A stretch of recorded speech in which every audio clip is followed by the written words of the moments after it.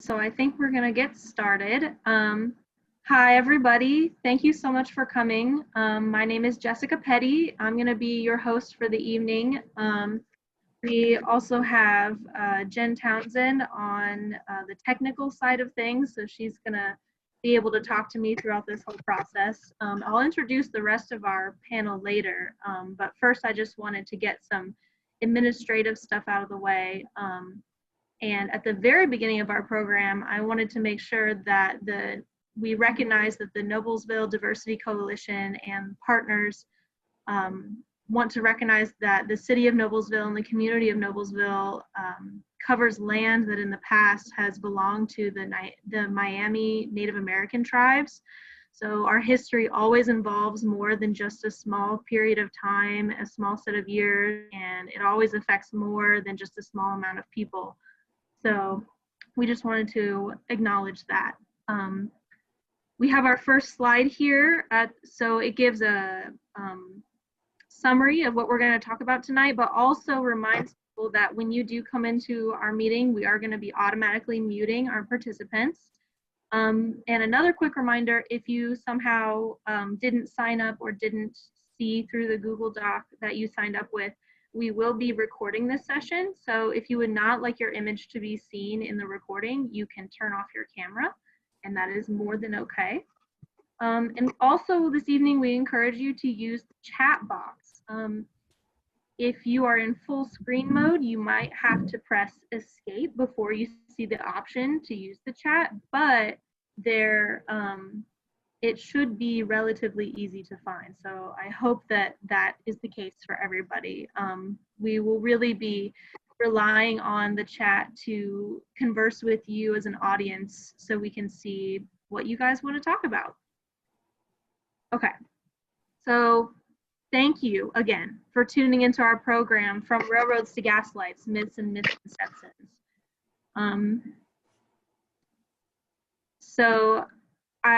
This is when I want to introduce the rest of our panel this evening. We have David Highway, who's the Hamilton County historian. We have Brian Glover, who's a Noblesville Diversity Coalition member and a Robert Settlement descendant. We have Leah Leach, who's the executive director and founder of the Gals Guide Library, which is the first lending library dedicated to women's history in the United States. And Leah helped found that library in 2016. We also have Dr. Sandra Pakes in the audience, and she grew up in Anderson, but now lives in San Antonio, Texas, and we will hear more about her ancestry later in the program. So we're really looking forward to the stories that we get to tell tonight. So here's how it works. We're going to be giving you a true-false question and a multiple choice question in Zoom for you guys to answer. It should come up as a pop-up on your screen. We want your gut instinct answers. We don't want you to spend time thinking about it. It's like trivia. We don't want you to Google it and find out the right answer beforehand. We want your gut instinct. And hopefully we have some people who know it, but if you don't, that's totally fine. And we will tell you the right answer, so don't worry. We will satisfy your curiosity. So we'll do that, and then we're gonna talk about what the answers are and then give you questions to make you think. That's gonna be where the chat comes in the most handy, is we're gonna paste those questions in the chat so you can think about those types of topics while we're sharing the stories that we've come tonight to hear.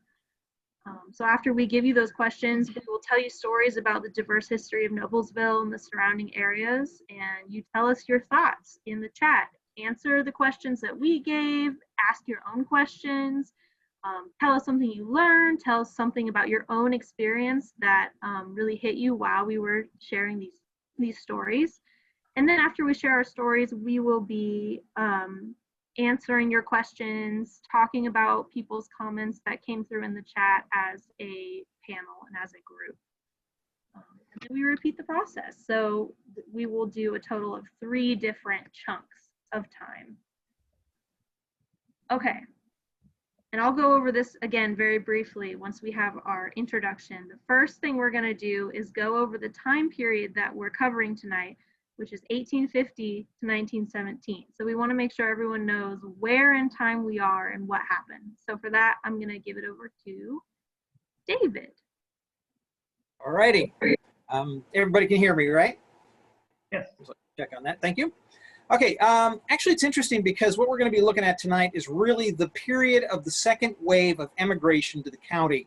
The first program that we held a while back there, that covered, among other things, the 1830s pioneer period, when there was actually a 400% population increase as the county was opened up to settlers. And so we discussed a lot of that kind of a thing. Second wave we're going to be discussing tonight. The third wave actually is the post-World War II suburban boom that we're going to be discussing next time. So that's kind of where this all fits into all of that. And it kind of really starts, the arrival of the railroad into Noblesville in March of 1851 really signaled the end of the pioneer period.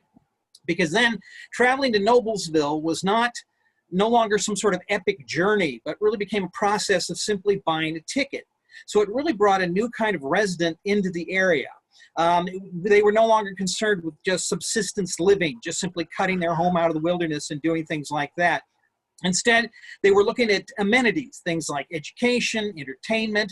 They were interested in social improvement. So it was a new kind of phase in what was going on there. And with the railroad came things like the telegraph and the partial post that really started speeding up communication. So all of a sudden, our people were not isolated anymore. They could find out things very, very quickly. And they could find out what was happening in the world very, very quickly. As a matter of fact, because of the speed of that communication, Noblesville actually had the first volunteers from Indiana for the Civil War. They'd actually heard about it over the telegraph, took a handcar down to Indianapolis, and volunteered immediately, almost before literally everything had been set up. We were a strongly pro-union area. We built one of the nation's first Civil War monuments in 1868. So while we won't be going much into the Civil War experience tonight, that was still a very, very key part, particularly when the veterans came back and had attitudes about what happened during the war there. And actually, after the war, the county invested in infrastructure, and that's a lot of what people are looking at today when they look at a historic Hamilton County. They invested in things like a new jail and a new courthouse, which are still there, of course. They invested in covered bridges over White River, one of which is still there. They also were doing road improvements for places like, that eventually led to places like Fishers, Indiana. So there was a lot of that kind of growth, a lot of that kind of investment in infrastructure that went on there. As a matter of fact, other railroads were arriving as well. You had the Anderson, Lebanon, and St. Louis. Most of you might know it as the Midland. That came in 1877. It didn't exit the county until 1885. They were not terribly successful. They called themselves Anderson, Lebanon, and St. Louis, but didn't get any farther than Brazil, Indiana. So that was them. The Monon came through the western part of the county in 1883. So all of a sudden we had these three major railroads coming through here. The Interurban was constructed in 1903. So there was a lot of mass transit that was available, a lot of shipping that was available for people to do things. So now, major change happened in 1887 when natural gas was discovered. And we're going to be discussing those changes tonight, so I'm not going to go into a lot of details right now. Regrettably, there were bad choices made about conserving the gas, and it actually began running out by the late 1890s. They had all sorts of schemes to try and keep it going. They actually installed a pumping plant up near Strawtown that pumped it out faster, hoping to keep things going, but needless to say, that failed. So things soon began shutting down, and people began moving away. We lost 20% of our county population between 1900 and 1920. So that last phase of the period we'll be talking about here was actually a major socioeconomic change, a chance for things to happen. And as a matter of fact, we're going to be looking at the result of that in our next program in October. So that's kind of a basic, big picture overview of what we're going to be covering tonight. Okay. Back to you, Jessica.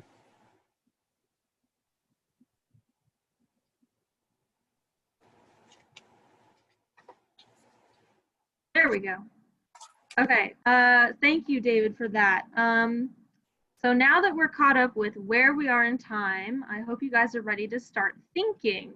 Just as a reminder, if anyone came in during that time period, we're gonna ask the audience a couple questions through Zoom, give us your gut instinct answer, and then we'll talk about the answers to those questions and what that means. And then we'll talk about diverse stories of Noblesville history. So our first true or false question. Noblesville has always had a lot of agriculture and has never been a big city. The people who lived there between 1850 and 1920 were only farmers and merchants. We want people to answer us whether they think it is true or false.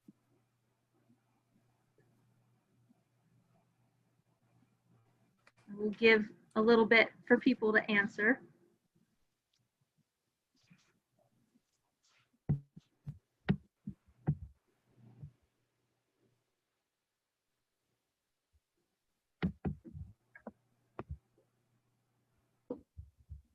Looks like we have a lot of falses coming in.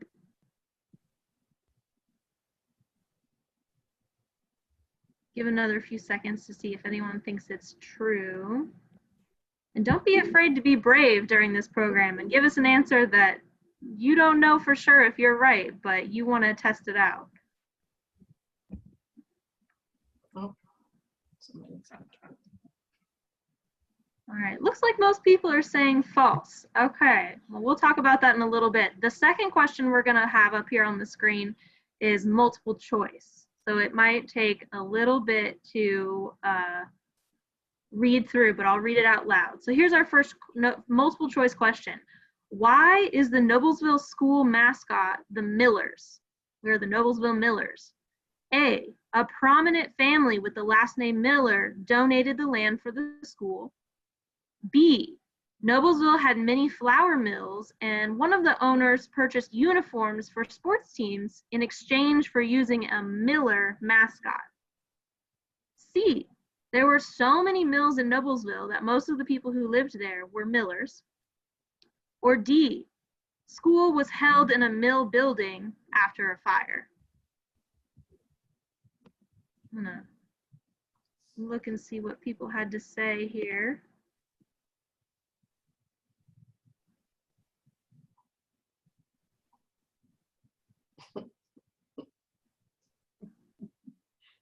I'm seeing, let's see, looks like B, C, and maybe D are our most popular answer. No one's picking A.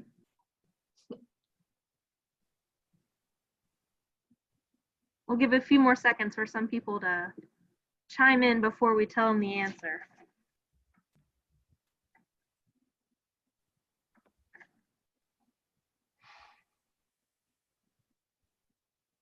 Looks like mostly B's, some C's and a few D's. Okay, well, I know you've been waiting to find out what the answer is. So the answer to our true false question is false. And we're gonna go over why it's false here in a second. But just so you know, the answer to our multiple choice question is B. So congrats to the people who got that right. Noblesville had a lot of flour mills, including Kismet Flour, and one of the owners of those mills purchased uniforms for the Noblesville school sports teams in exchange for them using a Miller as their mascot. Okay, so we're gonna continue with the map part. I don't know if you noticed the map when David was talking, but we're gonna continue with the map part of our program to talk about why our first true-false statement was false. But first, these are our thinking points. So these are the things that are going to be in the chat for you guys to think about. Now that we've figured out that our true-false statement was false, it's a myth, we're gonna talk about why that is. So these are our questions. The gas boom began in 1887, but Noblesville's growth from a town to a city took place in the 30 years before it began. What made the city grow? What obstacles would have confronted women, people of color, and immigrants trying to start a business in Noblesville during this time period of 1850 to 1917? Do you think similar obstacles exist today? And the third one, what unique assets did Noblesville have that encouraged people to come settle in this area after 1850? Why did people coming here on the railroad choose to stay? And we're not looking for a single right answer like a multiple choice question. We're looking for what you think, or maybe a story that you may have heard that reminds you of something we're going to talk about, or really just your thoughts. So definitely feel free to participate in that way. So now we're going to talk about why our true false statement was false. And the first thing we're going to talk about is the gas boom, which David mentioned, and he said he didn't want to give too much away, and that's because I'm going to talk about it. So if you've ever studied Noblesville, Hamilton County, or Central Indiana history, you may have heard of the gas boom. As David said, it was natural gas. It was discovered in the 1880s and ran out kind of by 1910. It was fairly quick, but it was a huge catalyst to growth in the whole eastern central area of Indiana. So I'm going to click on this picture here so we can see what it really looks like. I don't know if you can see my mouse pointer, but we've got Hamilton County in orange and overlapped by green. So we see this Indiana gas field, and there's Madison County, Tipton County, Grant County, Delaware County, a lot of places in that northeast central Indiana area were really affected by gas. And just as a matter of curiosity, the orange is limestone deposits, and then the green is the gas field. So really this just shows that Hamilton County was ready for gas to be discovered. So it was really truly remarkable to discover this gas. It was kind of a happy accident in some cases when people would discover wells, and then of course everyone was trying to figure out where the wells were most likely to occur. Natural gas could be turned into fuel for factories and homes, used to manufacture glass and other materials, and would serve as a huge catalyst to the economic development of Noblesville and Hamilton County. So as David summarized before we got started, Noblesville became a town officially with the town council in 1851 when the first railroad came through, and had grown enough by 1887 to become a city. And 1887 was actually the year that the first natural gas was found. So our next location is going to zoom in on Noblesville and is going to show us where the very first gas well in Noblesville was found. We're going to zoom all the way in. And as you can see, it's at 11th and Pleasant Streets where the Dairy Queen is now. So as was common during this period, once this gas was discovered, it was ignited as it came out of the ground, which partially to show off how cool it was that there was natural gas and how exciting it was and how much opportunity it represented, but also in order to figure out, so people could figure out how to really harness the gas eventually once they built the infrastructure to do so. And so the next gas well that was found was titled the Wainwright Wonder. We're going to zoom out and you go up there. And it was called the Wainwright Wonder because it was on the Wainwright farm, and it was considered to be one of the biggest wells in the state. This picture I have is not a picture of the Wainwright Wonder. However, it does show what it looked like when people would take the gas wells and ignite them as they came out of the ground. So this gas was escaping, and they would ignite it and look at it, basically. I mean, you can see in this drawing, there's a ton of people just coming to watch, and people would drive by, well, they wouldn't drive, they would go by in their carriages and see the different gas wells around East Central Indiana. So once this gas was harnessed, it was used for lights, to run factories, and help with other commercial ventures. However, the wells, like in this picture, were simply, a lot of wells were just lit and let burn for long periods of time. And so like David said, there was mismanagement, partially because we didn't know, and partially because people decided that it was pretty. And the gas ran out not very long after it was discovered. By 1910, it was pretty much all gone. So how did this affect Noblesville in particular? Like I said, we had one of the biggest wells in the state. So it turned Noblesville into a thriving business center and had a lot of industry, and it allowed shipments of goods to go all over the Midwest from the railroads that came through town. And it also helped multiply the impact of the railroad and the first railroad that came through, and helped attract other railroad lines to come through the area. And then how did this affect diversity? Immigrants worked in factories, started businesses, and saw this as a desirable place to live because of its growth and hustle and bustle. The population grew enormously from 1850 to 1900, and so alongside industry and commercial ventures came cultural venues and social opportunities, kind of like David mentioned. So our first myth or true-false statement deals with the concept of agriculture as being the only thing that Noblesville was known for. And that farming, while it's hard work, doesn't leave time for much of anything else. We see with the gas boom that that's certainly not the case. The gas boom and other industries helped make Noblesville what it is today, but that doesn't mean that farmers and other individuals didn't do their part to make Noblesville become a city. So that leads us to our next slide. While all this industry was going on, we also had farming industry happen. In 1879, a farmer in Noblesville Township called Daniel Gashaw installed a patented windmill on his farm that rotated horizontally. The Gashaw family immigrated to Noblesville in Hamilton County in the 1840s and were part of the Mennonite faith. There wasn't a congregation here, so the family members mostly converted to the German Baptist faith, and they assimilated to the ways of the other people here in other ways as well. And when they first came to the area, they also spoke what's known today as Pennsylvania Dutch. They became prolific farmers and, like Daniel Gashaw, influenced others in how they farm. So the windmill he put up was a cylinder with vanes that open and shut to adjust the speed at which it turned. And so it, as we see here in this picture, it's kind of small here on the screen, but as we see, it was pretty big. And while, like I said, while most farms had a windmill, this was something different and was definitely an innovation to look at. And it stood until 1914 here near the Ivy Tech, where the Ivy Tech campus is today. So another innovator, we're talking about commercial businesses, but also people who do more than just farm. Another innovator was Alice Armstrong. She lived from 1813 to 1901. She was from Noblesville, and in 1891 invented a kind of window latch. And so the window latch had a spring and could lock the window at different heights.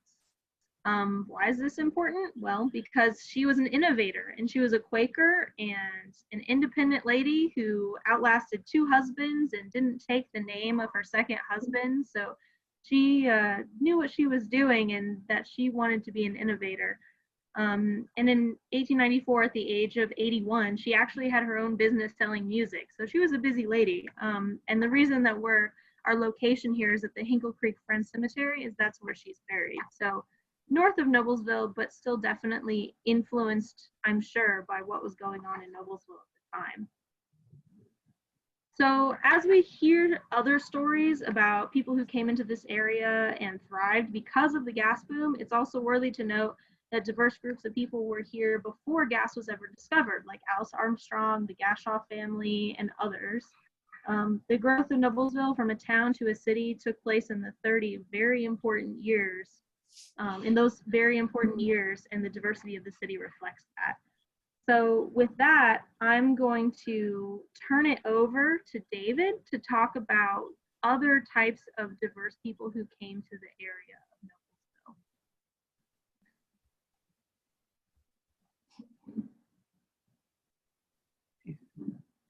Noblesville. Unmute yourself, David.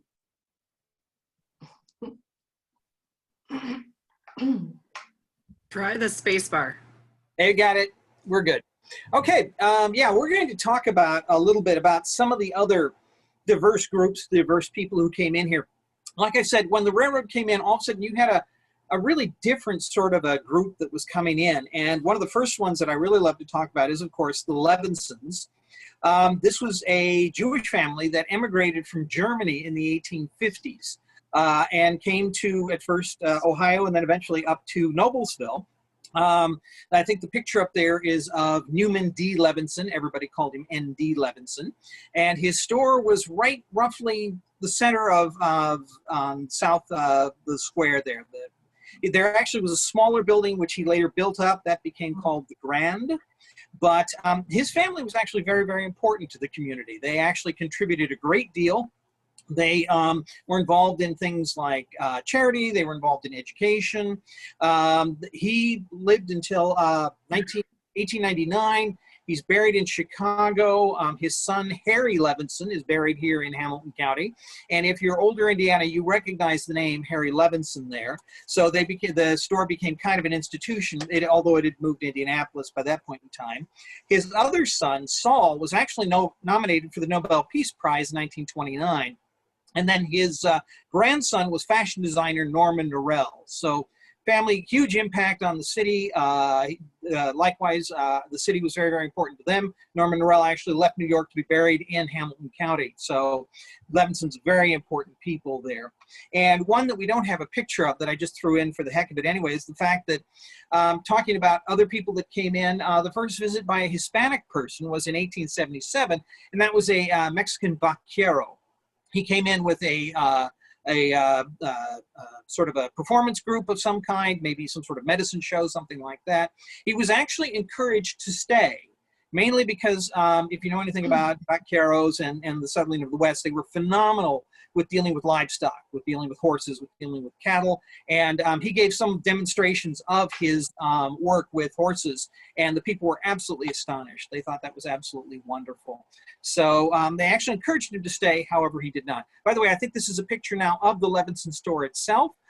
It's just clothing on one side. That's how the building looked before Levinson increased the height of the building, kind of turned it all the way across. The part that's kind of a little blurry that you see right there, that eventually collapsed. I'd love to see that restored someday, but that is actually where the core of the Levinson's home was, right there. So, okay, the next slide I think is about some of the first Asians in the area, and they were Chinese. This was actually this was in 1883. A gentleman named Sam Hing is the name that they gave it. Now that of course is not probably his actual Chinese name. That's probably, they tended to westernize the names, and it was, you know, derogatory, but still you did what you could. So he came in, looked over the area, thought about doing something, but he didn't really establish anything. The person who did was a gentleman by the name of Tai Loi. That's all we have of his name. He originally was from California. He might have worked on the Transcontinental Railroad. At any rate, he landed in Noblesville in 1887. Set up a laundry. Yes, we had a Chinese laundry, but it was actually something that was well done. He actually married a local woman who was Irish, of all things, and he held his business here from 1887 till about 1900. Unfortunately, when the gas boom failed, as did everything else, his business suffered. We know how service industries suffer when there's a lot of economic disruption, and he actually ended up going into the poorhouse. We don't really know what happened to him at the end, because he actually, like most Asians, most Chinese, he preferred to be buried in China. And he actually, towards the end of his life, headed back to California in hopes of getting on a ship and actually being buried in China proper. So that's about all we know about him right there. He was very politically involved. That's something that's interesting. Both Levinson and Tai Loi were involved in a lot of local political adventures. Actually, when President McKinley came to town in 1898, Tai Loi brought his son down, his little 4-year-old son, brought him down there and actually held him up so that both McKinley and his wife could see his son. And everybody said it was very, very cute. So very, very nice thing to have happen there. This is along 8th Street there, and you see where it's actually talking about his laundry and its spot right there. He actually had laundry at a couple different spots around Courthouse Square. There was one over on 9th Street. There was one over on Logan Street. So he went around and was, like I say, was successful for a while, but unfortunately in the long run, that didn't work out. So, oh, and actually one thing about him that did pop up in the newspapers, though, was there was intolerance. They tended to refer to him as a heathen. He had obviously traditional Chinese beliefs and whatever philosophy, religion, that sort of thing. And so as a result, they called him a heathen. There's a few comments in the paper that leave a lot to be desired.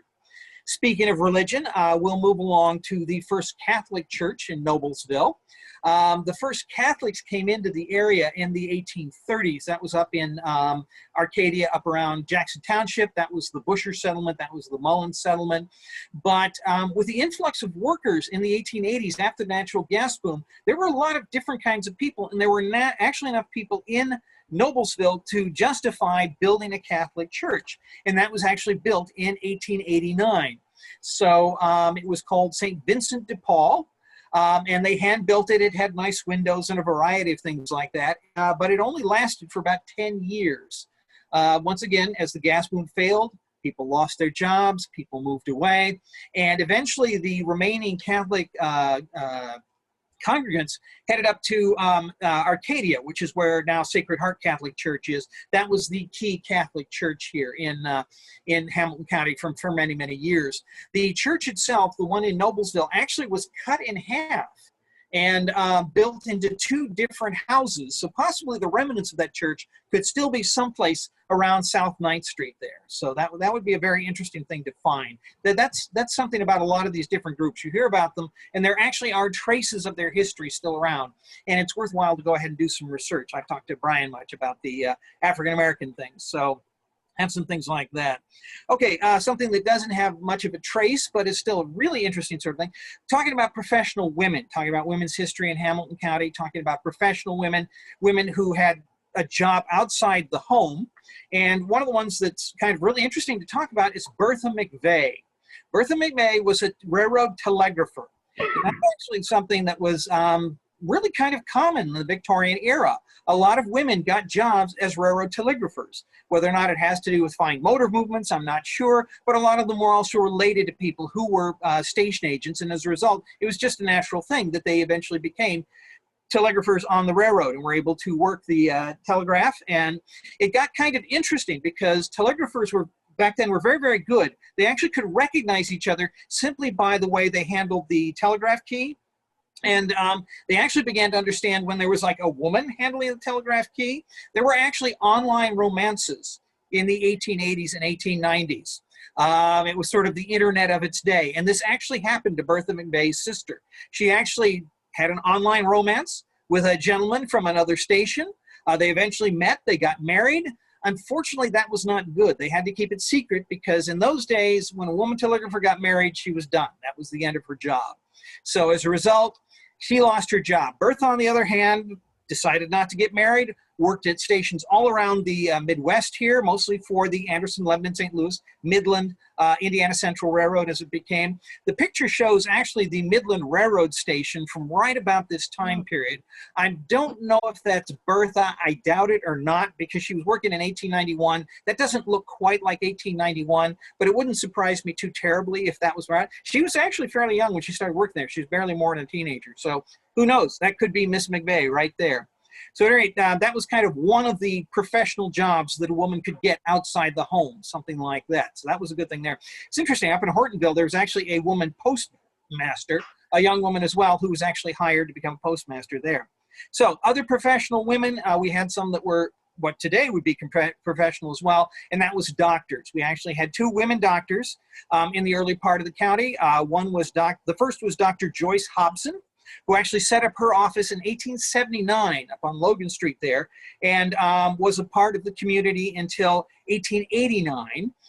She eventually moved up to Chicago and became a surgeon up in Chicago, so did very, very well with that. Now, her practice was taken over by her assistant, who'd started working with her in 1880, and that was Mavinda Wheeler. And she became sort of a standard person here in this county. She's constantly in the newspaper, but when they refer to her as Mrs. Dr. Wheeler. It's not Dr. Wheeler, it's Mrs. Dr. Wheeler.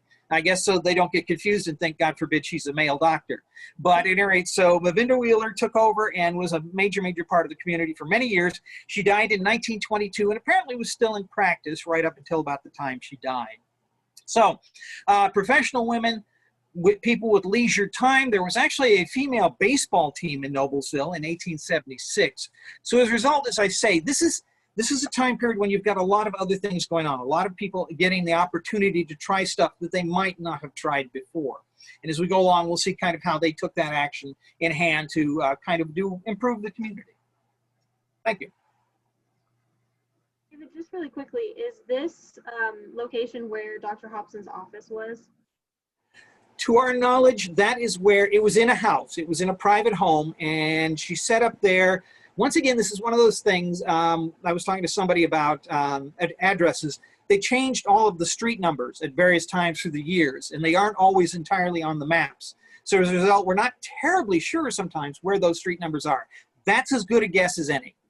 That is about the best that we're going to come to as far as where that house is over on, that's, I think that's on Logan Street. Yeah. Yeah. It's a best guess. Okay, great. So thank you, David, for sharing that with us.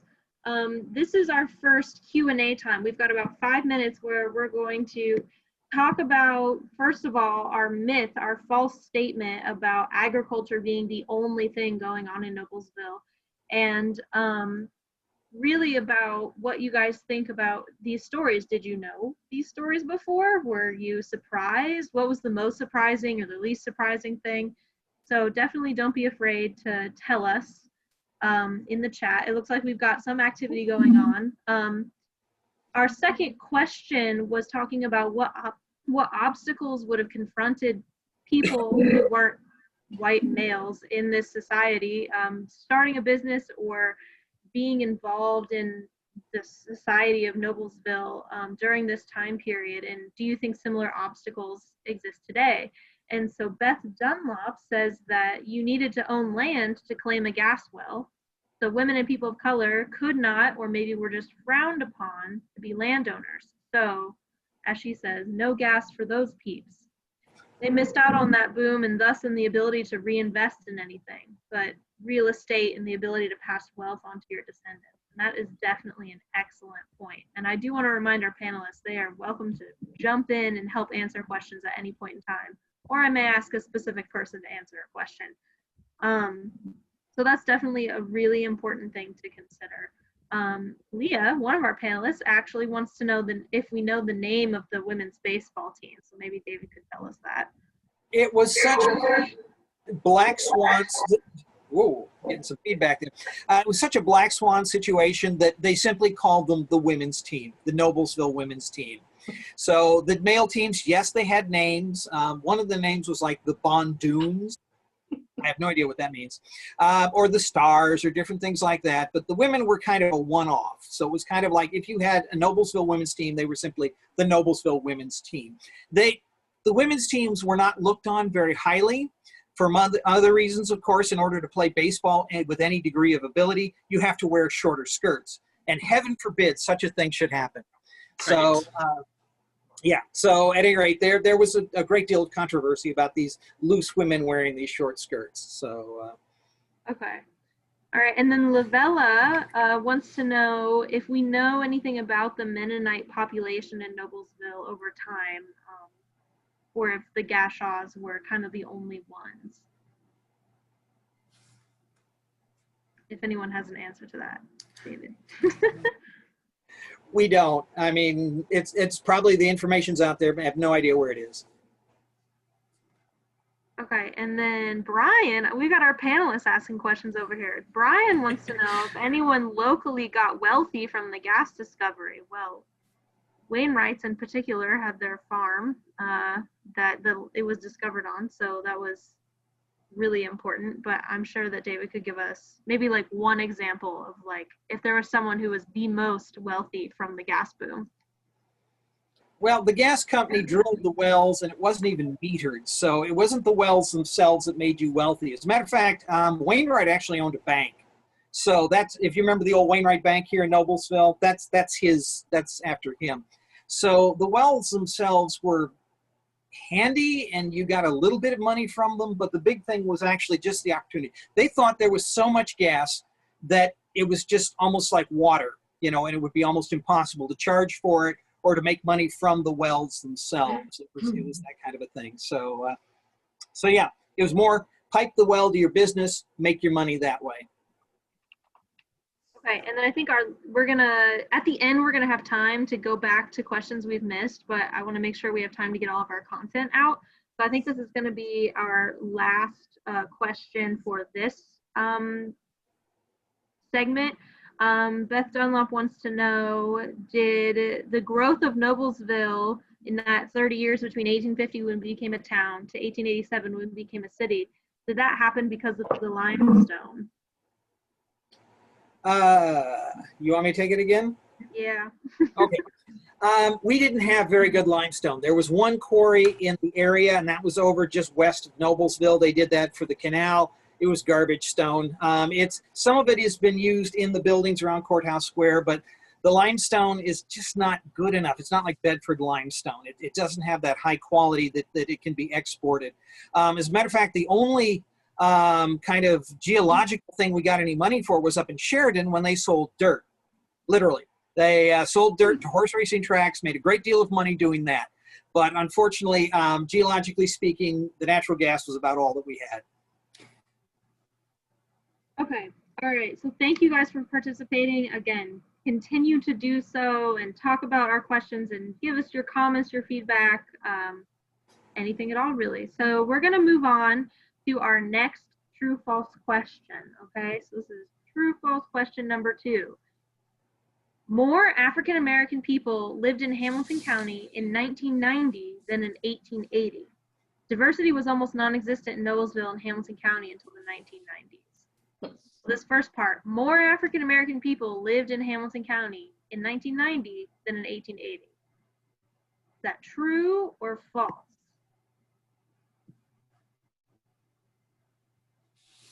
We immediately have a lot of falses coming in. We'll give it a couple seconds.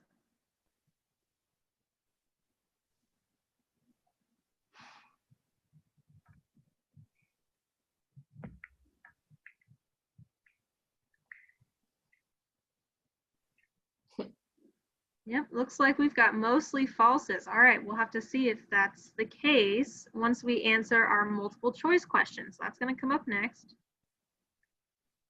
So here's our second multiple choice question. In what year did Black men get the right to vote? A, in 1870 with the 15th Amendment to the Constitution. B, in 1920 with the 19th Amendment to the Constitution. C, in 1965 with the Voting Rights Act. Or D, Black men have always had the right to vote.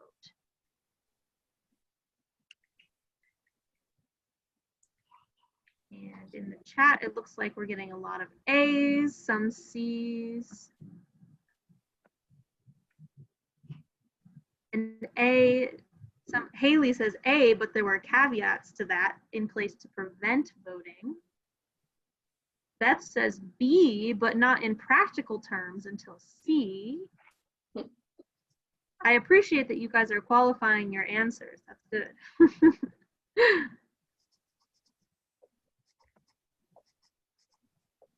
Okay, so we got a good spread of answers, but no one said D so far.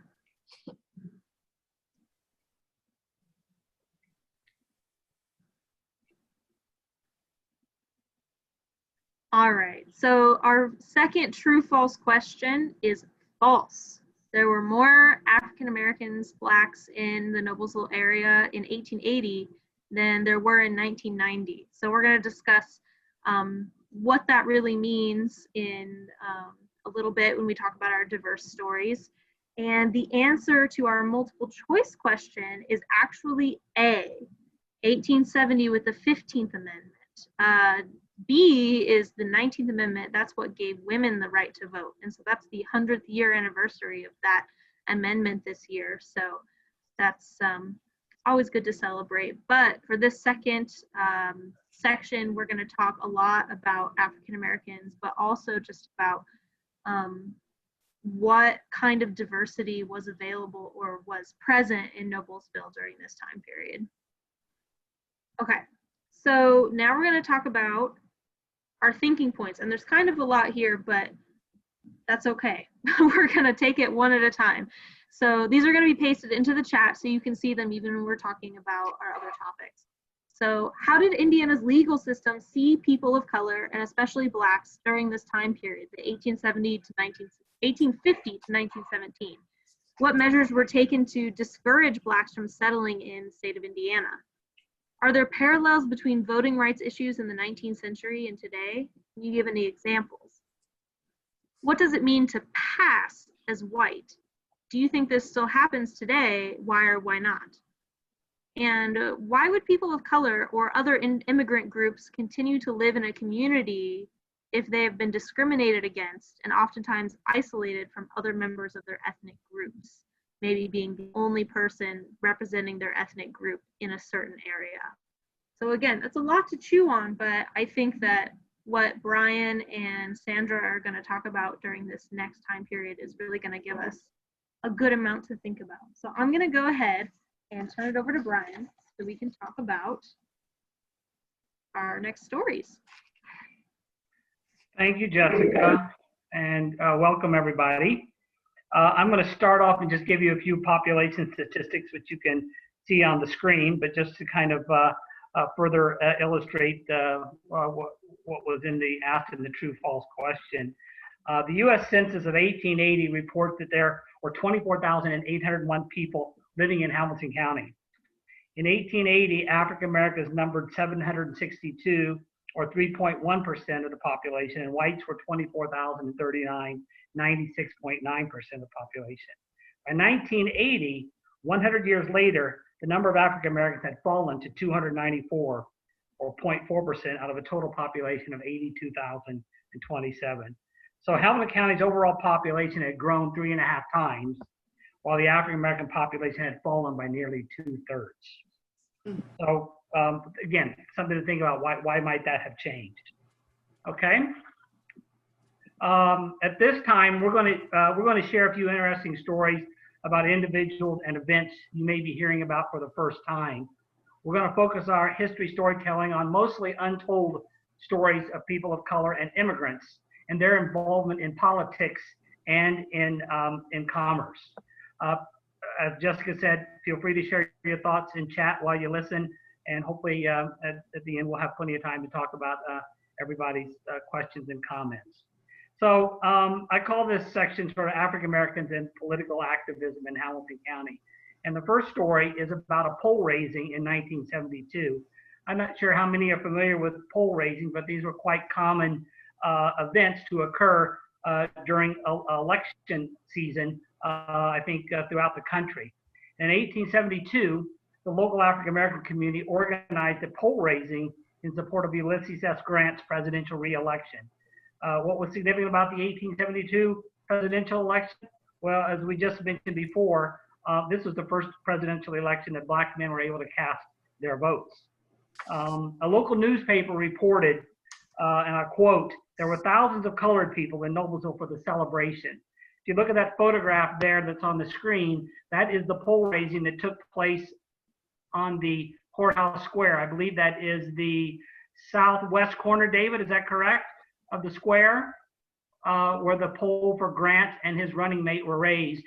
And I suspect that the railroads that David talked about earlier were a major factor that so many people were able to come to the community of Noblesville and participate in that poll raising. This is quite a historic photo that we've got right here to show you. Also of note on the 1872 ballot was Victoria Woodhull, the first woman ever to run for president as a candidate for the Equal Rights Party. So lots of firsts. Next, in 1880, Frederick Douglass made a triumphant return to central Indiana. Douglass was considered a fugitive slave when he made his first visit to Indiana in 1843 near Pendleton, Indiana. Oops, excuse me. Near Pendleton, Indiana. Local whites in the Pendleton area had knocked Douglass unconscious and savagely beat him to the point his attackers thought he was dead. Douglass survived his terrible beating. He returned to Indiana 37 years later, headlining a local rally at the Hamilton County Fairgrounds, now the site of North Elementary School in Noblesville. That's the location you see there on the map. Milton R. Roberts from Roberts Settlement was a key member of the local Republican organizing committee that brought Douglass to Noblesville. This was a proud moment for the Republican Party, especially Black Republicans, who strongly aligned themselves with the party of Lincoln. Many of the Black community leaders living in Noblesville were part of the color guard that led Douglass and other Garfield supporters through Noblesville to the fairgrounds. This is a picture of Milton a little later in his life. We don't have many early pictures, but we'll talk about a little bit more about him in just a few seconds. But he was also a lawyer. That we'll talk about that next. But I do encourage you to visit the Hamilton County East Public Library and seek out the Noblesville Ledger story about Douglass's stump speech at the fairgrounds.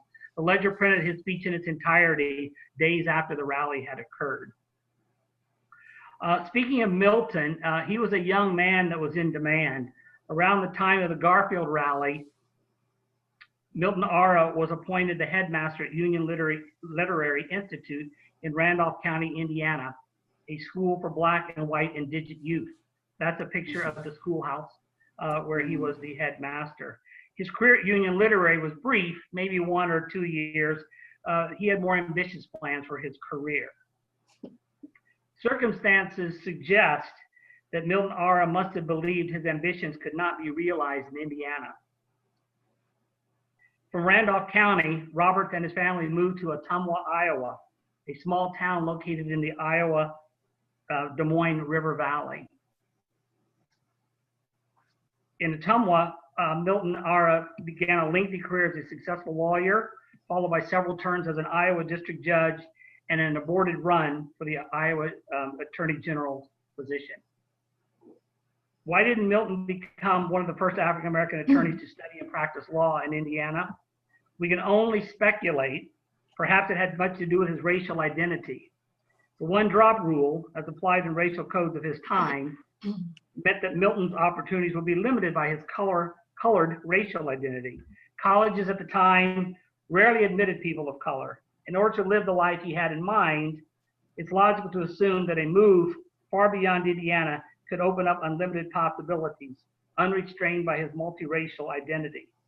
In Iowa, Milton Ara assumed an identity as a white man.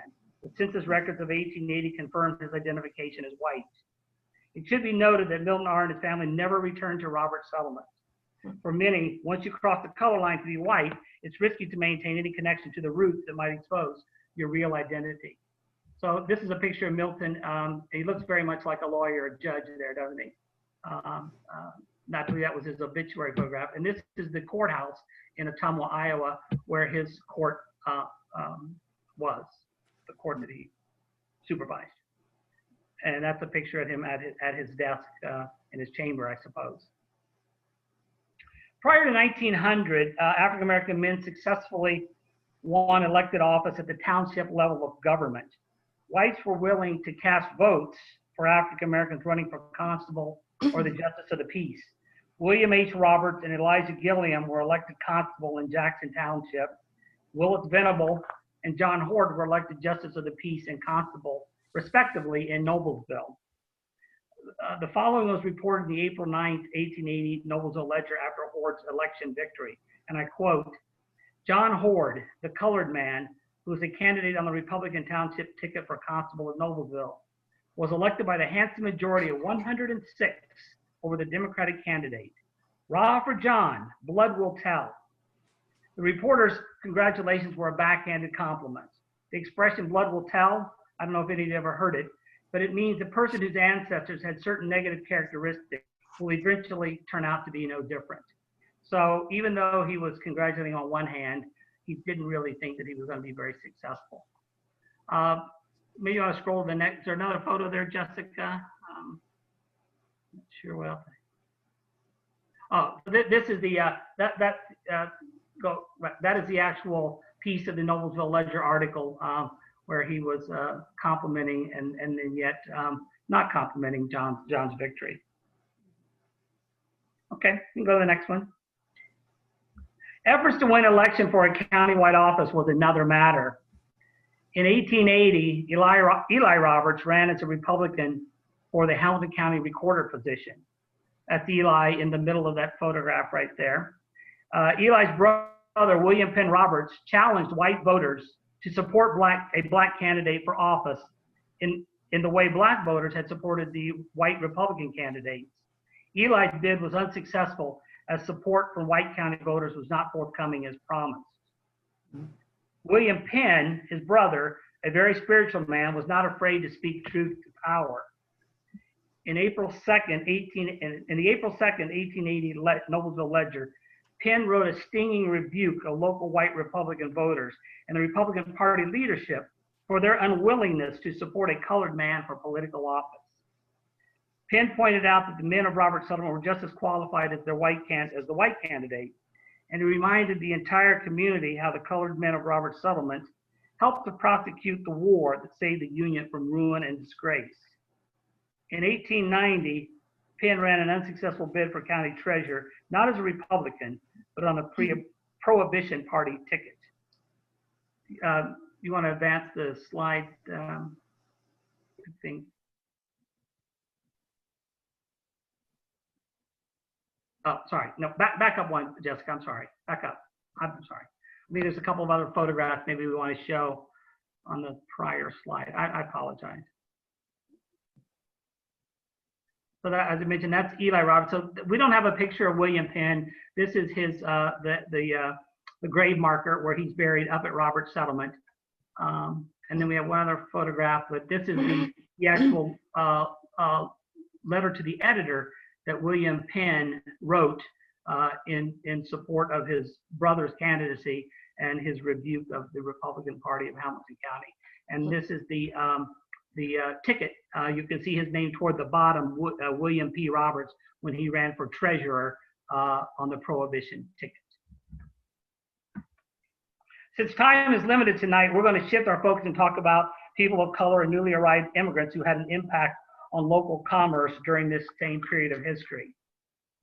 Stephen Roberts was born at Roberts Settlement. Stephen started out as a farmer like his father, but soon after the Civil War, he began working with white businessmen Samuel Craig, Marion Aldred, and others as a livestock broker. Craig's father was an abolitionist minister, and Aldred had been a soldier in the Union Army. Robert's abilities as a livestock dealer and perhaps Craig's and Aldred's own personal experience influenced their willingness to do business with a black businessman in Stephen Roberts. That is a 1910 photograph of a Roberts and Winburn reunion that took place near what is now the site of the Forest Park. And Stephen is the man whose head is circled in red, sitting in the center front row of the photograph. His business materials were donated to the Library of Congress after his death. Among the materials are receipts from the Exchange Stockyards and Manufacturing Company, built in 1875 on South Kentucky Avenue in Indianapolis. This company eventually became the Union Stockyards and was one of the key businesses on the Belt Railroad that went around the city of Indianapolis.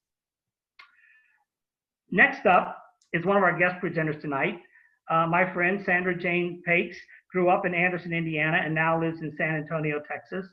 Sandra's maternal grandparents, and I'm probably going to say this wrong, Sandra, you can correct me later, Athenios Harry Plakis and Christina Plakis, and her step-grandmother Zaharula immigrated from Greece at different times in the early 1900s. Sandra's mother, Jane Plakis Pakes, born in Noblesville to Harry and Christina, was a graduate of Noblesville High School. Sandra, you can take it away. All right. Well, thank you. Can everyone hear me? Okie dokie, I see thumbs up. Well, as Brian said, my grandfather, Efthymios Vasilios Plakoulas, that's a mouthful, right? Was not born in the United States. He was actually born in what was known as Zeri, Greece, but I think we have a shot here way across the ocean, over 5,000 miles away.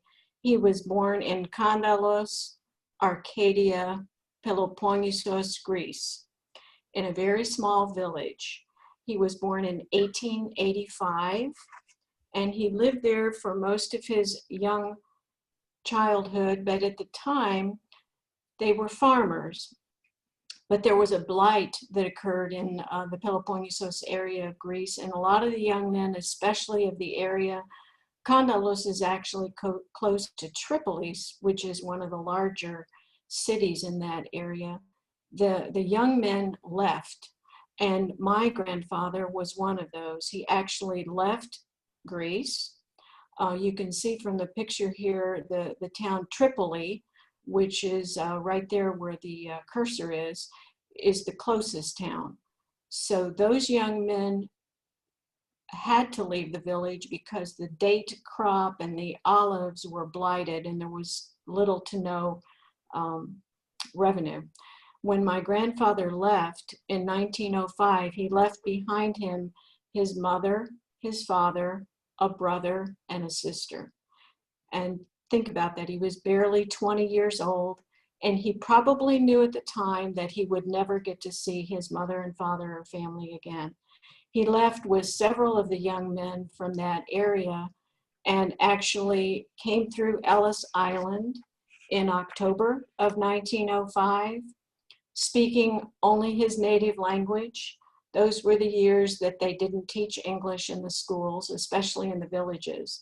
So when he came to Ellis Island, a lot of them then were transported to Chicago, which is where my papudi, or my grandfather, went.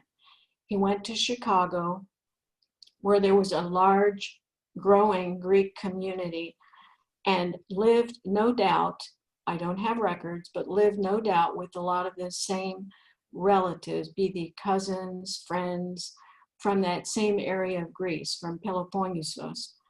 He did become a US citizen in 1910.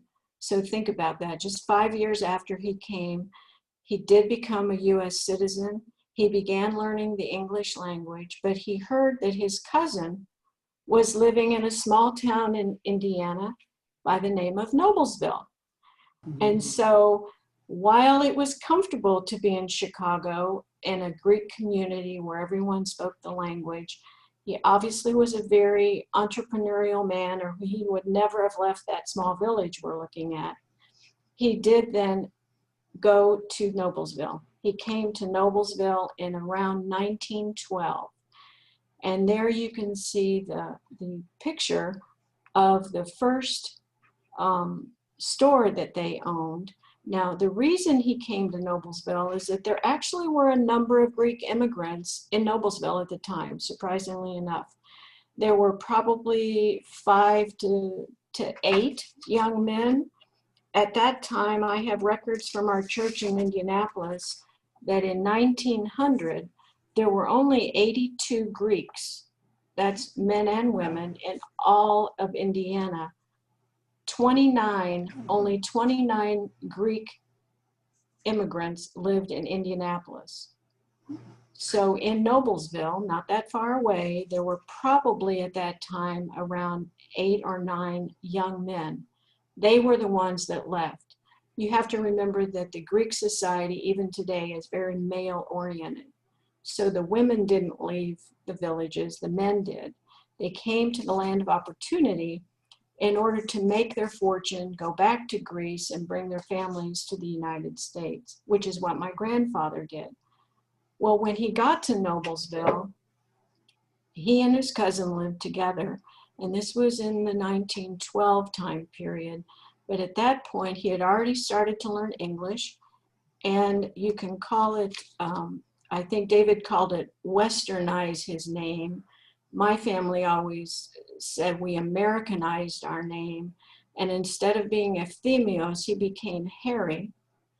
And instead of Vasilios for his middle name, he took the initial B and shortened the name to Plakis. Now that was not uncommon because a lot of the Greeks wanted to become Americans, so they Americanized their name. For example, my name in Greek is Youmbakis, my last name. And so when my mother and father were married and the family got going in the Anderson area, they actually changed their name to Pakes to make it sound more American. So that sort of tells you a little bit about passing. They wanted to pass as Americans, but more importantly, they came here to be Americans. And that was one story I want to say about my grandparents. My grandfather married the lady that you see in the picture. This is my grandmother, Christina, and my grandfather, Harry Plakis. They were married in, in 1915. At that point, my grandfather, Harry, had already opened and owned the Plakis Coffee and Tea Shop, which is on the south side of the square at 817 Connor Street. This is a picture of the inside of that general store or coffee shop at the time. And this is my grandmother, Christina, with their firstborn. Sophia was actually born a year later in 1916. And you can see the candy by my grandfather there. That was something, it was more of a general store, but I saw in the Noblesville Ledger, I was able to research that he was actually known as the Coffee Man in Noblesville, because and there were a lot of advertisements in the Ledger about the coffee, and he imported coffee, from my understanding, from Ethiopia. Now, I didn't learn this, surprisingly enough, until I started doing some of this research for Brian. I always knew my grandparents as the candy people in Noblesville, so I didn't realize they actually were known for quite a few years as the coffee vendors. Well, when they were married and moved to Noblesville, and they lived above the store that you see there that's highlighted, they lived upstairs, and their first daughter died. And so she died at the age of about 1, and 2 rather. My mother was 1. My mother was born in 1917. So to sort of give the story, like Brian said, the fact is, by the time my grandparents were married and started their family, most of the young Greek men had left Noblesville. The only people who were left now were my grandmother, my grandfather, and my grandmother's brother had come to Noblesville to live, to be with his sister. Well, when they lived upstairs. You can't see it there. I think it's I don't know if it's I think it's an insurance company now, but they lived there and stayed in that store until, let me just be sure,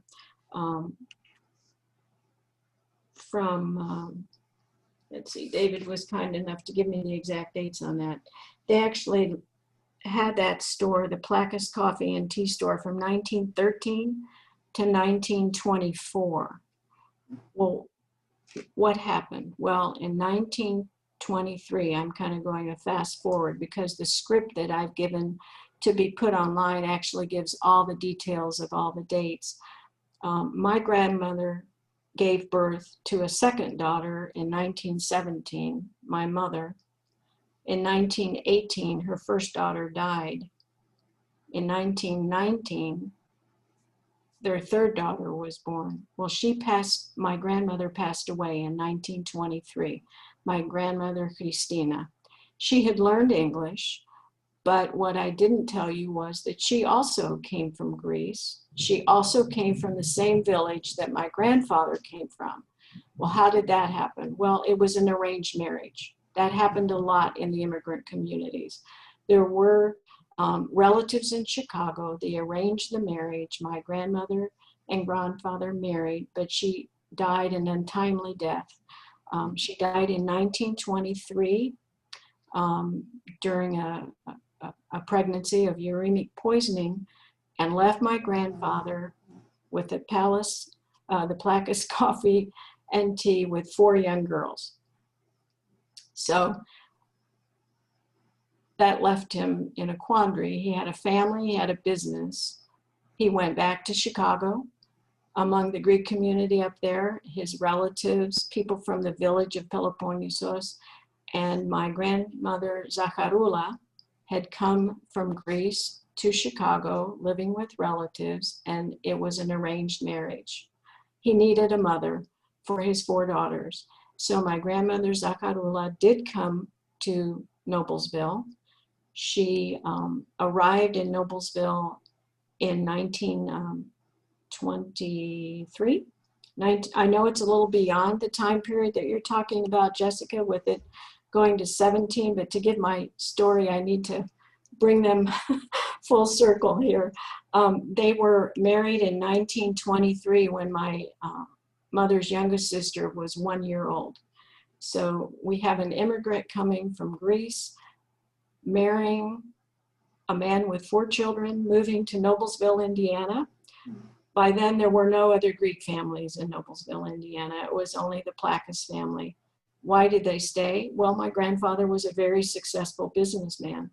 By that time, he moved to his second building, which was just a couple of doors down, and it became more of a general store, just like the Placas Coffee and Tea. But his main claim to fame was, as you can see in the picture, the Placas Palace of Sweets. That is the store that they actually opened in 1927. In 1927, they bought the building and lived above the building. And you can see by the picture that Jessica has put on the screen, this is a picture of my grandfather in the Palace of Sweets, which is at 859 Connor. He's in the front there with the tie. The two girls in the front are the little girl with the doll is my Aunt Dina, and Aunt Stella is right next to him. And in the back, I don't know if you can see, there's a lady in sort of a darker dress. That is my grandmother Zakarula. And my mother Jane is right there where the finger is pointing. She is the eldest. So I'm figuring that this was probably a picture that was circa 1928, maybe, because Aunt Dina looks like she's probably 4 or 5 up here in the front. The man behind the soda fountain is my grandmother's cousin. So we now have a family, but then he left also. He was, oh, thank you. I'm glad you have that picture, Jessica. This is a picture of my grandmother, Zakarula. Oh, go back. She's the only grandmother that I knew. In fact, my mother always referred to her as her mother because she was an infant, or, you know, barely 5 when her mother died. Number 1 is my mother. The number 2 is my Aunt Mary. 3 is my Aunt Stella, and then Aunt Dina. My grandmother was a seamstress from Greece and came from a very wealthy family, and the beaded dress that you see there, she sewed herself and made. She made all the clothing for the 4 girls, and they were known for sort of being dressed alike. You can see with the bows and the hair and what have you. Unfortunately, my grandfather died an untimely death. He passed away in 1939, very suddenly. And what I'd like to say also for Leah to know is that my grandmother and the 4 girls ran the Palace of Sweets themselves for about 3 years after that. From 1939 to 1942, they continued with the Palace of Sweets until they each married. They each married men of Greek ancestry. And the only reason they left Noblesville is because that's where their husbands were. My father was in Anderson. My Aunt Stella's husband was in Anderson. And the others married men from Hammond, Indiana, and Toledo, Ohio. Our family held the store, Palace of Sweets building, until the early 60s. Oh. And so we maintained close ties with Noblesville, even though I was born in Anderson, and the Anderson Indians usually beat the Noblesville Millers. That's just a little side note. You know, an Anderson Indian fan has to always bring that up, right? Anyway, I learned to swim at Forest Park. We drove to Forest Park. We took swimming lessons there. We came to pick up the rent regularly. So I always went into I didn't go into the store, but I was there regularly. My grandfather was known as a businessman for quite a few years. I want to maybe sneak a little thing in here, Jessica. I know you're going to be talking about some other things in the 3rd session, but in 1925, when the D.C. Stevenson trial was going on in Noblesville, the KKK trial that was going on, if you can see where the Palace of Sweets is, it's actually directly across the street from the courthouse. And my family could see the courthouse from their upper window, as you can see. Well, my grandmother, Zakarula, to learn English, actually attended the trial every single day. And she did that for a purpose, and that was to learn more about the English language and to really assimilate into the Noblesville community. Now, there were times when you talked about intolerance, I believe David did, and even Brian. There was intolerance in that my family was unique and different by then. They were the only Greeks in Noblesville. But guess what? They learned English fluently. My grandparents learned to read and write English. They came to the United States to be American citizens. They became Americans here in the United States. They never returned to Greece. Noblesville was their home. So what I'd like to have everybody know is that even though there were times that people might have mocked my family in some ways, in that when you saw the pictures, my grandfather looks ethnic, but guess what? They could pass as white because they didn't have any other outward sign other than their language. My grandfather did have a heavy accent, according to my mother, but I remember asking my mother and my father, since they were first generation born, how is it that you speak perfect English? They spoke grammatically correct English, and each of them, because I asked them independently. I was a student at Butler at that time. And their answer was, well, you know, I think the fact that your Papudi was sort of chided a bit in Noblesville because of his heavy accent, we made it an express purpose to speak perfect English. So I think that shows their willingness to become members of the Noblesville community, to be American, even though at home they spoke Greek as I did. I spoke Greek before I spoke English. English is my second language, because my grandparents and my parents felt that when they came to the United States, they came to be Americans. They wanted to fit in. In fact, I know they fit in because there's an article in the Ledger, and I need to go back to that. I didn't submit that to Brian, but I think he saw it. I think he got it, but we didn't put it up. When my grandfather passed away, the businesses in Noblesville, many of the businesses in Noblesville closed for his funeral. That to me is a high respect, nod to respect that they would close during the day of his funeral. When my grandmother passed away in 1923, the article in the Ledger talks about the fact that the headline actually said, preached funeral discourse in the Greek language. So when the priest came from Indianapolis to deliver the eulogy and to give the prayers, they were all in Greek. And this was the first time that in Noblesville, a language was publicly spoken other than English. Otherwise, why would they put it in the Ledger, right? I mean, that was a pretty significant comment. But they also said that he was a valued and important member of the community. Now, I knew that because he was my grandfather. Plus, I knew that from my mother and how long they had been business people there. But it wasn't until probably not more than 10 or 15 years ago, the plaque, if you could put that up, Jessica, there was a plaque erected that is still there at 859 Connor that tells the importance. This is very special to me that Noblesville would take the time to identify the building where my ancestors came from. In fact, it's so important that Brian has helped. He's the one who took this picture for me.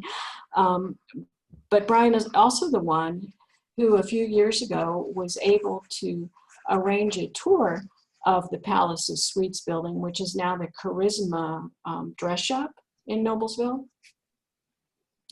And believe it or not, we were able to go into the basement with my significant other with my spouse. And he had heard for years and years about the fact that my grandfather had the Palace of Sweets and that they had fudge and candy that they made, and that there was a marble slab where my papuji used to make the candy. And I knew it was several inches thick from what my mother said. Well, that's always a story, right? Until you see it in person. Well, we were able to go down into the basement because the people who own the building allowed that. And we walked around and I was looking for the marble slab. It's there. It's in the basement of the building and it's so large. The people who own it now said there'd be no way they could get it out of there. I guess they can't even lift it. It is so big. But the fact is they delivered it, I guess, through the back alley that had like a door that opened, like a barn door, and that's how they delivered it back then. Well, I didn't mean to bore you, but I wanted to tell you that the fact that there were some Greek families in Noblesville. The last one there and the people that we still have ties to are the Placases of Connor Street on the south side of the square.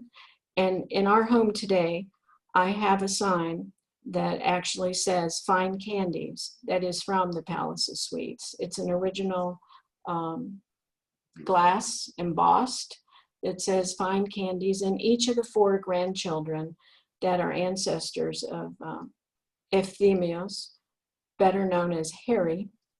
I have a globe light fixture, as do each of the other 3 grandchildren that hung in the Palace of Sweets.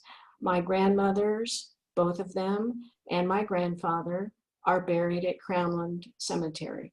So Noblesville is close to my heart and something that I can't forget. In fact, what I wrote at the end of my little paper here, if I can find it, I think this is the way I would like to close. It is fitting that there is a plaque outside the former Palace of Sweets at 859 Connor in Noblesville as a reminder of my grandfather Harry's accomplishments. My grandfather Harry, grandmother Christina, and grandmother Zakarula were born in small villages in Greece. They all left Greece, determined to seek a better life in a free land of opportunity. They relocated to and became citizens of the United States, but they never forgot their language, their culture, or their values. They came to the United States and embraced a new life, a new language, and a new family. I am proud to say that Harry B. Placus was my grandfather. He loved his adopted country and his hometown of Noblesville, Indiana. He was a productive citizen and businessman for over 30 years in Noblesville, Indiana, USA, and he passed away a proud American. Thank you very much, Sandra. It was a great story, and thank you again, Brian, for sharing your first part. We don't have a lot of time to talk about questions for this part of the program, but just to share some of the comments. People love the pictures. People are very excited that we were able to share this story of Greek immigrants in Noblesville. And there were also a couple people who were very surprised that Frederick Douglass came to Noblesville. I think that's really a testament to how much Noblesville was a real city back then, and the railroads was a big deal. We had several presidential campaigns come through our town, and lots of big people, big names of the time come through to talk to Noblesville citizens. So, and then someone also said that the population stats that were shared that talk about the level of African Americans in the area makes them sad, because the population of African Americans decreased so rapidly and so significantly. We'll try to get to some of the other questions and talk more about this concept of passing as white and passing as American and what that means. But I think for now we're going to move straight on to the third true or false question. So I already said that. The third true or false question. So In Noblesville, Indiana, the fight for women's suffrage only began a few years before the 19th Amendment was passed in 1920, which gave women the right to vote. Before that, women rarely worked for wages, organized outside of the home, or had interest in the political process. So real quick, give us your true, false answers there. And immediately we're getting a lot of falses. I appreciate you guys participating every time, even if you give the same answer every time. And again, don't be afraid to give an answer you might not be sure is correct, because that's what we're here to talk about. We're here to talk about myths, misconceptions, assumptions that people may have about history and about things that happen in Noblesville. All right, well, it looks like most everyone's saying false, so we'll talk about that in a minute, but we're also going to do our last multiple choice question. So I'm going to read it. Which of these women, these groups of women, was an early advocate for women's suffrage in Indiana specifically? So A is Susan B. Anthony and Elizabeth Cady Stanton.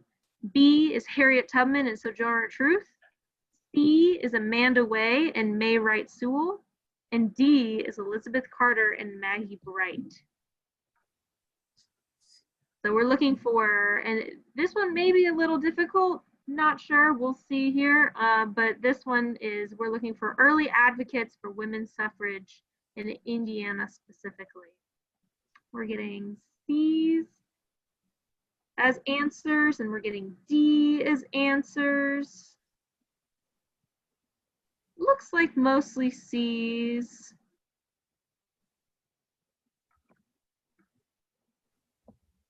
Okay, well, I'll put you out of your misery. Our true false question is indeed false. We did have a lot of organization and women who were being independent and doing their thing. And that's what we're going to talk about a lot with this third conversation. And then the answer to our multiple choice question is actually C. Amanda Way called for a meeting to be held in Dublin, Indiana in 1851, which was only 3 years after the famous Seneca Falls Convention in 1848. And that was held with Susan B. Anthony and Elizabeth Cady Stanton. Those were the national leaders. And then May Wright Sewell was also an Indiana proponent of women's suffrage.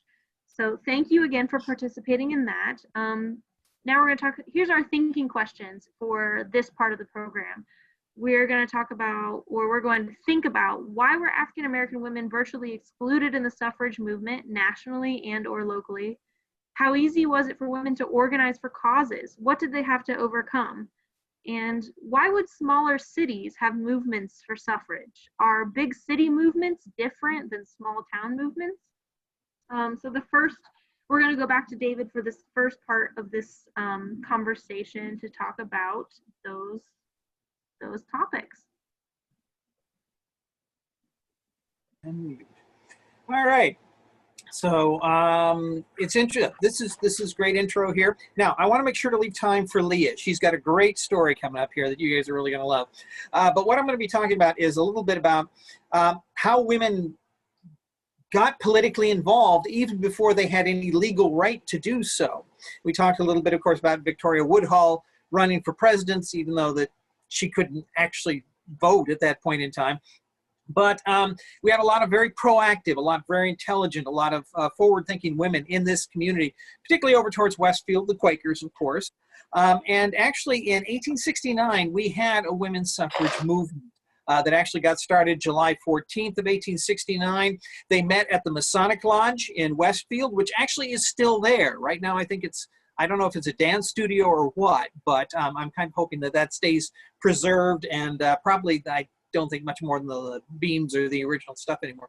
But anyway, so they actually organized to form a women's suffrage movement, and the response was interesting. It was sort of, you know, looking down on them a little bit, but the newspaper was very, very excited about it because it was something that was stirring things up, and newspapers really love circulation.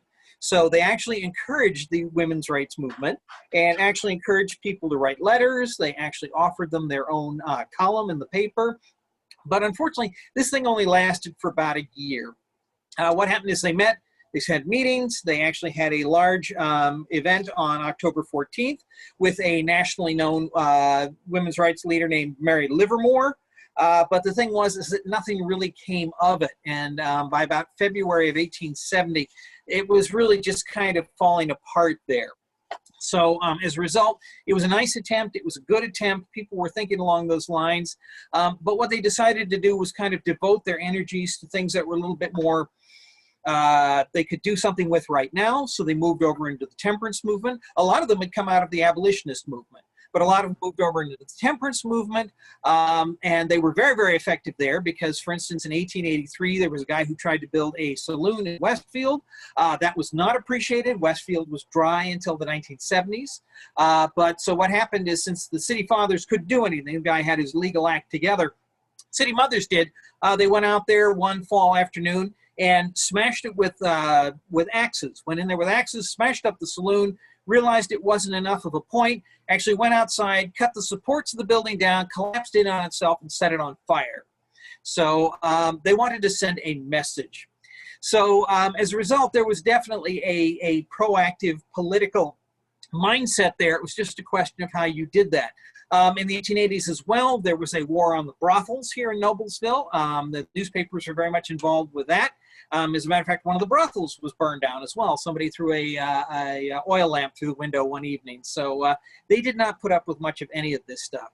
Noblesville eventually went dry in the early part of the 20th century, long before the rest of it did. So there were always a lot of proactive, a lot of, like I say, progressive people who were looking to improve, women who were looking to improve the moral and social attitudes of the community there. So that's what we've got. I'm going to lead right into Leah so that we make sure that we hear her whole story there. You ready, Leah? I'm ready. We'll go ahead and let her do that, and because it's a great story to hear. Well, I'm actually going to talk about the libraries in Hamilton County and its history in this time period. And I can talk really fast. But libraries starting in 1856 stayed in this region because of two factors: grant money and women's groups. So the first two libraries in Hamilton County were in Westfield and in Noblesville, and they were because of a grant from William McClure. Both libraries had a very difficult go of it during Civil War. The Noblesville Library was essentially a reading room on the west side of the courthouse square, and it was run by the Hamilton County Working Men's Association. Specifically, Dr. Haman W. Clark gave a lot of support and leadership to the reading room. When he died in 1881, the Ladies' Aid Society took over with Miss Marion Lindsay becoming the very first librarian. The books then moved to the second floor of 9th Street, that was just south of the square as the glorious map moves on. Then it got just a little bit weird. So a new township library was formed in 1883, and Charles Swan was the administrator of that new library. He also happened to own a horse harness repair shop, and it just didn't make sense to have those two things in two different places. So he decided to have them both in the same place: books and horse harnesses, you know, like you do. So he combined them, and they were on the west side of the courthouse square for about 6 years. That went on. Then some local businessmen decided to take over the collection of books and run another reading room on the north side of the courthouse square in the Lacey building. And this is where Miss Jenny Lacey was made librarian. I love how the map is keeping up with me. Fantastic job. And thanks to the efforts of Minnie Levinson, who was president of the Ladies' Aid Society at the time, two libraries combined into one. So that new township library and the existing Noblesville Library were combined in 1900, and they moved to a high school building on Connor Street, the old high school, the old Boys and Girls Club area. So a library fund was then created, and $600 worth of new books were bought. The very early librarians in that spot was Ethel Connor and Pearl Gray. but it would be a gal named Lulu who would really turn the library around and showcase the powerfulness of women in Noblesville. So Lulu Messi was born into a family of doctors.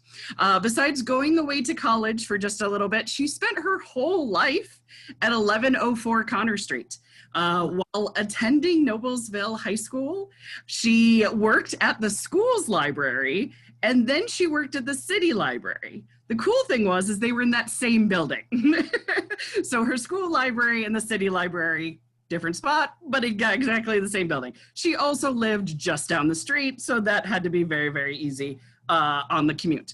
After graduating from Library College, Lulu took over the 4,000 book collection at the Noblesville Library, and she recognized right away the huge problem, space. The bigger kids were actually starting to overcrowd the little kids. There wasn't enough room with the collection and for people to browse. So it just so happened that around this time, in 1873, Andrew Carnegie was giving away a lot of money to build a library. So this is where the second part of a grant, another grant comes in. So the Carnegie Foundation would supply the money for construction if the library, if the community provided a building site. They also needed to provide the staff and the upkeep. So the Ladies' Aid Society with Minnie Levinson said that they would supply the staff, they would make sure it was upkept, they just needed the land. So in 1910, the city council received several hundred signatures for a site for a Carnegie library. The council said they'd take action. Well, weeks turned into months. And after about 6 months, Lulu really got sick of waiting. She was like, no, that piece of paper is just sitting there. Y'all not doing nothing on it. So she called a meeting. She got the high-powered ladies of Noblesville into formation. One participant actually referred to the meeting as a council of war. These ladies weren't playing. So the ladies decided to get that paperwork finally passed. I mean, it was just a piece of paper that just needed to be signed to get it over there. But it still wasn't happening. So they decided that they needed to get all the women's groups together and organize. So a little side about women's groups super quick. Women's groups around this time from 1850 to 1920 that we're talking about, they were for socialization. They were also for discussing the issues of the day. They were also for gossip spreading and social standing and finding suitors and also creating political movement. So they were kind of a whole catch-all of everything. It was very common for women of high standing to be a member of many women's clubs. At Noblesville, some of the women's clubs that existed during this time period were the Tourist Club, the Shakespeare Club, the Sappho Club, the Searchlight Club, Women's Literary Club, the Social Culture Club, and of course, the Ladies' Aid Society, which keeps coming up, right? So a call was put out to all the women's clubs to gather in Hamilton County at the courthouse. And 300 women showed up on the steps to the courthouse. There wasn't enough room for the room that they had reserved to have a little chat in. But one by one, the clubs voiced their support for a library movement. The women planned on bringing their husbands and march through the streets. That would make them about 600 strong to, again, get a piece of paper signed to get some free money from Andrew Carnegie. But alas, they decided not to march through the streets. They sent a delegation to the next council meeting. By then, the headlines and the news reports were everywhere, and the ladies were extremely serious about this library thing. The council met, and within a week, oh my gosh, they filed the paperwork. So the lot on 10th and Connor was purchased on June 3rd, 1911 for $3,900. And the Carnegie organization gave $12,500 for construction. Construction started in May of 1912 and it opened a year later. If you are wondering just where is this site today, it is City Hall. All that remains today is the cornerstone that reads 1912, which is in the front of the building. But there you go. Ladies in libraries, you know I love them. All right, well, thank thank you, David and Leah, for giving us that women's history. I want to be sure that we talk about any specific ideas that anyone may have about this third conversation. If not, we might just move back to our general discussion to catch up on some things we missed the first two times. But if anyone has any questions or thoughts or reactions about either women's suffrage movements in Westfield / Noblesville, or temperance movement, or libraries, definitely chime in. And so Lavella would like to know if there were women of color that sought out to support the library. Were they part of the 600 Women Strong? They were, absolutely. It was specifically mentioned the Social Culture Club president was a African-American woman who spoke out in support of the library movement.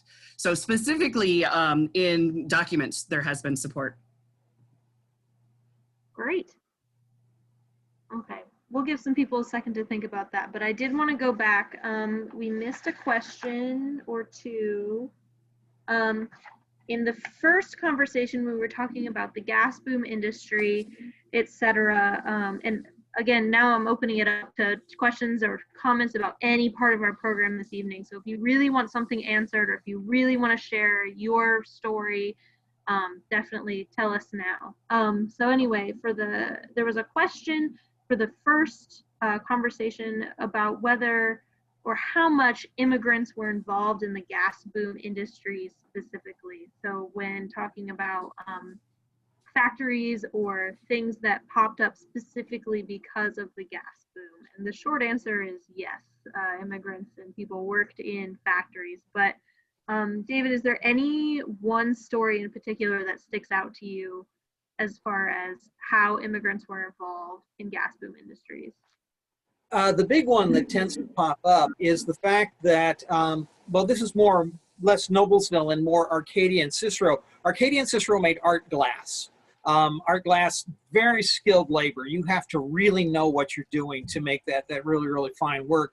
And basically your Hoosier farm boys are not going to do it.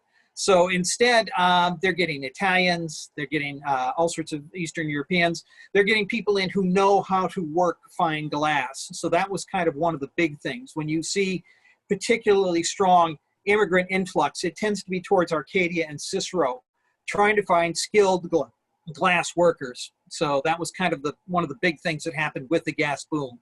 Unfortunately, of course, it fell apart and no jobs, but for a while there, that was what they were looking for. Okay, great. And then we had a question from our second part of the story, wondering, Sandra, if you know if any of the recipes for candy that your grandfather made survive. That's a bone of contention. No. The only thing I have close would be I have some of the soda glasses that, the glassware, what have you. But no, I remember asking my mother and her sisters, and no. I do make ice cream, and the unusual thing was when my father retired, he retired about 3 times in Anderson, but the last business that he owned was, believe it or not, a Baskin-Robbins ice cream store.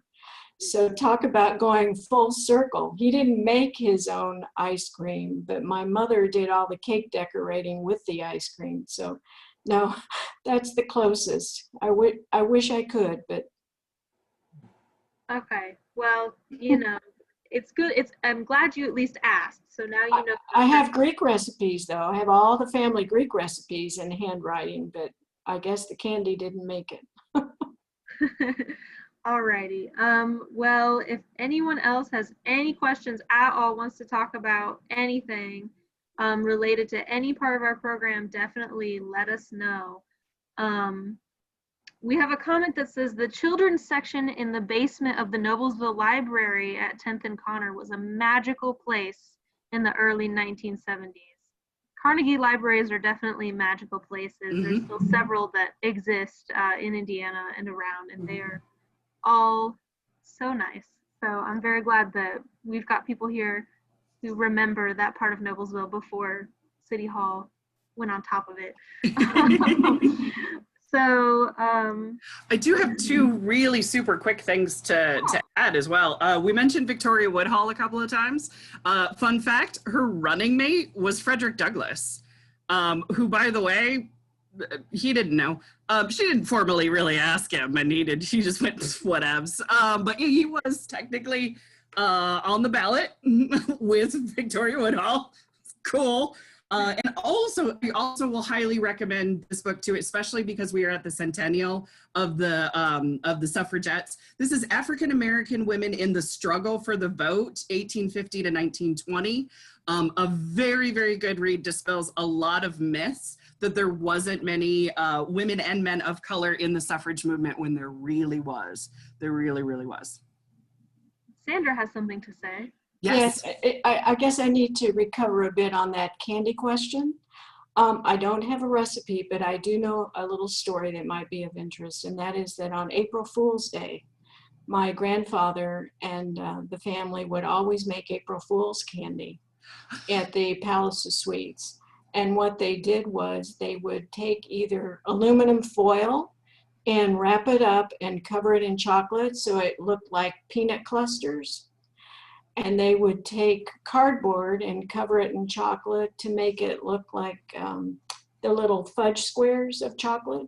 And they would sell it. I mean, they didn't sell it as real candy, but a lot of Noblesville patrons evidently came on April Fool's Day to buy candy to help celebrate the day, shall we say. I always thought that was a good story. I like that. It's a great story. And Leah, thank you for talking about that, because one of our questions was about the exclusion of African American women in the suffrage unit movement. So thinking about, and our whole session is titled Myths and Misconceptions. So really looking at the different parts of history, that's really important. So, I mean, before people start leaving, I just want to thank all of our panelists. Thank you, everyone who's been involved with this, for contributing their stories. And I want to remind you, David mentioned that and I think Sandra also mentioned that we're having another program talking about the next bit of history, World War I to about 1960, and that'll be on October 8th. And it's looking like that's also going to be over Zoom. So we'll have to see about specific details regarding that. But it'll also be about diversity in Noblesville during that time. So we'll have a lot to talk about. Jen has posted a survey in the chat. We would really appreciate if you would tell us how we did, what you want to hear more about. I'm sure there's a place in that survey where you can ask other questions, and we can definitely follow up because it'll give us your email. And again, if you have any last minute questions for the chat, it looks like a lot of people are saying thank you to our storytellers. And again, we definitely very much appreciate people who have contributed tonight. Yeah, we're wrapping it up, I think, but I really have appreciated the opportunity to think about these different diversity issues and think about all our different perspectives that come to Noblesville from all over the world and all over. So with that, I think we are good to end our program, Jen. Thank you, Jessica, for orchestrating all this tonight. Thank you, everybody. Yeah, thank you so much. Okay, we're going to head out then. Have a good night, everyone. Good night, everyone.